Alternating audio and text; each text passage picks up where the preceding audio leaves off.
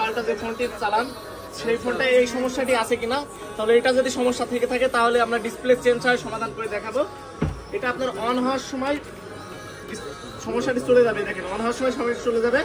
এবং এই যে আমরা ডিসপ্লে সিগনেচারটা নিয়ে নিচ্ছি, এই যে আপনি চিনে রাখেন এই সেম ডিসপ্লেটাই আজকে আপনাদেরকে ঠিক করে দেবো। এটা আপনার অন হওয়ার সময় এখানে হোয়াইট জ্বলে এবং পাওয়ার বাটন অন অফ করার সময় ঠিক মানে এই ডিসপ্লেটা আজকে আমি ঠিক করবো। দেখেন কিভাবে করি।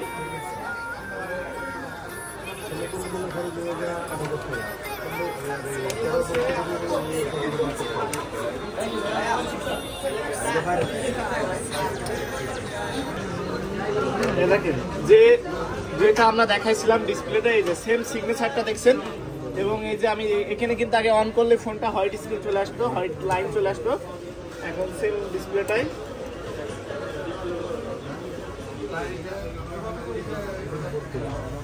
এই দেখেন ফোনটা কিন্তু অন করছি, আপনার কোনো ডিসপ্লে সমস্যা আসে নাই।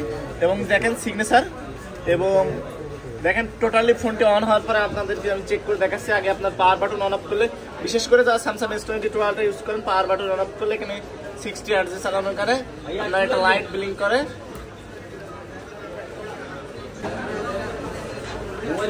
দেখেন আলহামদুলিল্লাহ ফোনটি অন হয়ে গেছে।